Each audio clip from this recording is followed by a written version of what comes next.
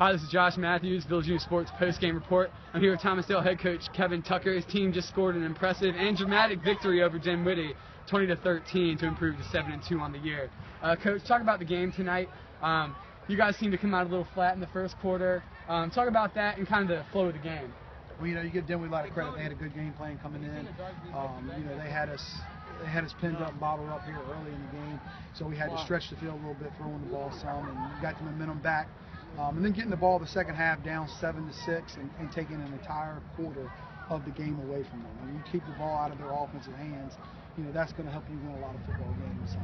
I thought we were going to be able to put the game out of reach when we had the ball down here driving it.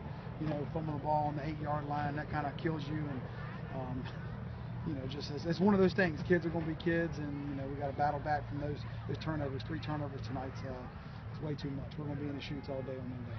Right, so with the turnovers, how much of a concern is that for you at this point? You guys are still winning ball games. You guys have played great, especially defensively. How big of a concern is that for you? We had knocked down our turnovers over the last 3 weeks, and we were really proud of holding on to that ball. So again, like I said, we're going to go back in there Monday, and we're going to spend a lot of time in the shoots. That's our punishment for fumbles, and the running backs don't like that. So I think they'll learn to protect the rock a little bit more. But I got to give credit to number 4 for Dinwiddie. He calls those turnovers, and that kid's probably the best defensive player in the district right now. And he was flying up in there, and he put his head right on that football every single time. And it was bound to pop out of there because a kid with that talent is a special player. You've been around football a long time. How often have you seen a drive that took 11-18? It's been a while. We had one in the preseason. We played over at Highland Springs, and we had a 19.5-minute drive. So that was early season. So we knew we were capable of that, but we haven't done it all year, and that was just amazing. And you give the offensive line credit. They were protecting Khalid tremendous tonight. So he was able to throw the ball, and we were getting the ball down the field. We had some big third down catches.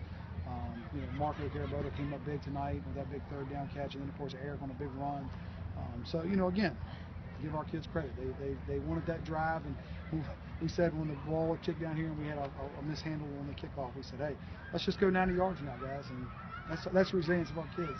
They're willing to go to war with anybody. So talk about Max Oxendine, young player, but he always seems to do something important. Talk about that. He's still coming into his own, but Max is going to be a special player for the next 3 years, and he's always seemed to be around the ball somewhere. He's one of those kids who don't coach that. He's just got a knack or an instinct to find the football.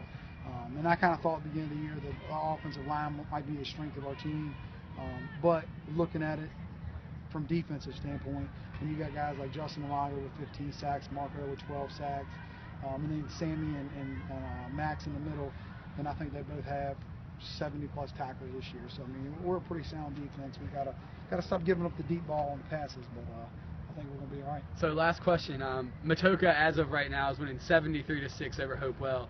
Last year, that was a loss for you guys. It's a big emotional high for the guys. Talk about the challenges that that game will present next week. Last year I think we got into a trap game because we were looking into the playoffs. We had just come off a big Dinwiddie game where we got beat. And our kids, I think because of that, will be able to be focused and ready. And then, of course, we've watched Matoka the last 2 or 3 weeks. The teams that we've played, we're playing them right after. And I said all along, I said, Matoka's probably a playoff team. If they could have got that together early in the season, they'd be 7-2 going into playing us next week. Gotcha. All right, great. Well, thank you for your time. Thank you, Josh Matthews, Village News Sports Postgame Report.